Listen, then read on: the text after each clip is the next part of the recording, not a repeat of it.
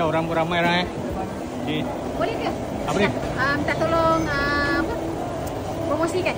Ada menu baru. Ada menu baru? Okey, apa dia? Nasi ambeng. Nasi ambeng. Soto ada lagi lah? Soto ada. Soto, lontong darat semua ada. Soto lah saya makan yang sedap dekat Lakin kah? Dekat Lakin? Dekat bus station. Oh, ya ke? Ini yang kedua yang sedap bagi saya. Alhamdulillah. Kacang pul dah boleh? Boleh juga? Boleh. Bukan nak senang nak makan makanan Johor ni. Ini makanan Johor. Kita ada sambal Jawa. Sambal Jawa. Meriah warnanya.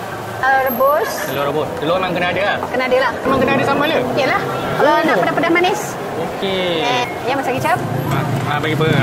Banyak besar sangat tu kepak. Okey. Last sekali mi. Lengkap lah semua ada kan? Ya. Okay, ni nasi ambeng. Kalau macam ni apa kak? 12.9. 12 je? Penuh ada semua Semua ada cukup. Lagi ada apa kak? Ada nasi belauk untuk makan tengah hari. Apa pilihan yang ada? Pilihan banyak. Ada ayam masak merah, ayam rendang. Paling special adalah asam pedas. Asam pedas pun ada lah kat sini. Asam pedas. Okay. Boleh? Asam pedas Ikan orang Kedah panggil ikan temenu. Ikan apa? Ikan temenung? Ni ikan kemung. Kenal ikan temenu. Temenung ke? Jangan temenung lepas makan sudah. Tapi kita ada sayur. Sayur? Sayur ada dua pilihan. Okey.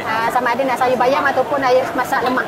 Okey. Masak nangka masak lemak. Dia akan berubah ke sayurnya? Akan berubah. Sayur dia akan berubah. Okey. Ni sambal belacan kena ada lah. Kalau tak sambal belacan, tak. Orang cakap tak sur. Yang ni untuk makan tengah hari? Untuk makan tengah hari. Berapa harga tadi? RM9.90 saja sekali.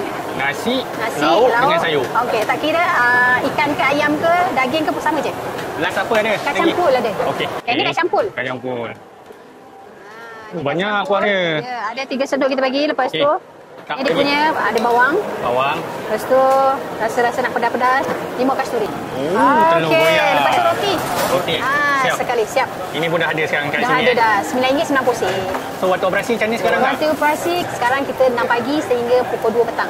Alright. Jadi orang cakap boleh makan tengah hari sekali. Ini lokasi kat mana orang tanya ni? Lokasi itulah banyak sangat orang tanya. Lokasi kita dekat Jalan Raja Uda, Kampung Baru, KL. Parking senang tak kak? Parking senang sangat. Sebelah kedai ni ada parking. Tapi bayarlah. Alright. Bayar. Terima kasih kak. Sama. Okey.